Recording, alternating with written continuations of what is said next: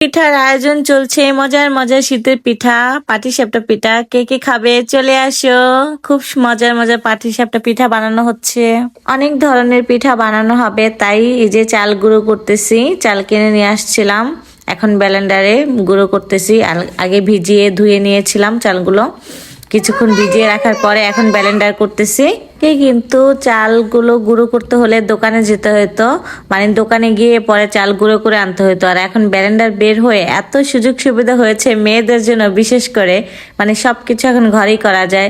যেমন চাল গুঁড়ো করা থেকে মশলা, সব ধরনের সবকিছু গুঁড়ো করা যায় এখন ঘরের মধ্যেই।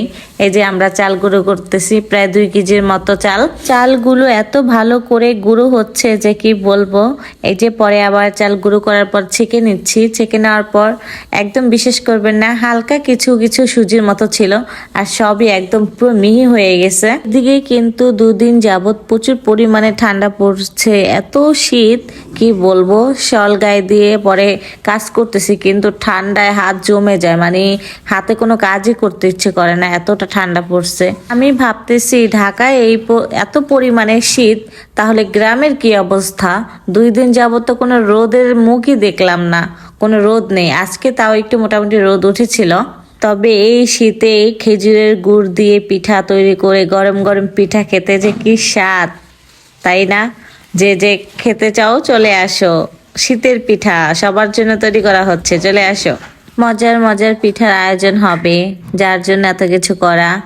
চালটা গুঁড়ো করতে অনেক সময় লাগতেছে, মানে সময় বলতে অতটাও সময় লাগেনি, খুব অল্প সময় হয়ে গেছে।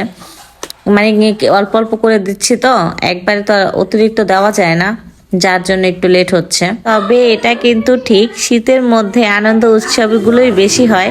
শীতের দিন কার কেমন লাগে জানি না, বাট আমার কাছে তো খুবই ভালো লাগে, এতটা ভালো লাগে। সব দিকে শান্তি, খেয়ে দে ঘুমিয়ে ঘুরে ফিরে মেকআপ করে সেজে গুজে, মানে সব দিক দিয়ে একদম অনেকটাই শান্তি লাগে। সব কিছুতে একটা আরাম পাওয়া যায়, যেটা গরমের দিনে পাওয়া যায় না। গরমের দিনে শুধু অস্থিরতা কাজ করে, না খেয়ে শান্তি, না ঘুমিয়ে শান্তি, না কোথাও বেড়াতে গিয়ে শান্তি, না বাইরে বের হতে ইচ্ছে করে। আর শীতের দিন মন চায় যে সব জায়গাতে গিয়ে ঘুরি, একটু ট্যুরে যাই। আর শীতের দিনটা মানুষ একটু ঘোরাঘুরি বেশি করে, আবার গ্রামের বাড়িতে যায় শীতের বিভিন্ন ধরনের পিঠাপুলি খাওয়ার জন্য। যেমন আজকে আমরা পাটিসাপটা তৈরি করতেছি, তারপর আরও পিঠা তৈরি করব। সব পিঠার ভিডিওগুলো দেখতে পারবে, কি কি পিঠা তৈরি করব। আরও তো পিঠা তৈরি করা বাকি, তবে এক এক দিন এক একটা করতে হবে, যেহেতু মানুষ অল্প, একসাথে সব পিঠা বানিয়ে খাওয়া যাবে না, যার জন্য অল্প অল্প করে এক এক দিন এক এক পিঠা তৈরি করব। তবে বলো আমাদের পিঠাগুলো কেমন হয়েছে দেখতে? খেতে কিন্তু খুবই দারুণ হয়েছে, একদম অরিজিনাল খেজুরের গুড় আনা হয়েছিল, সেই গুড় দিয়ে পিঠাগুলো বানানো হচ্ছিল। ভিডিওটা যদি ভালো লাগে অবশ্যই লাইক কমেন্ট করে দিবে। Bye bye.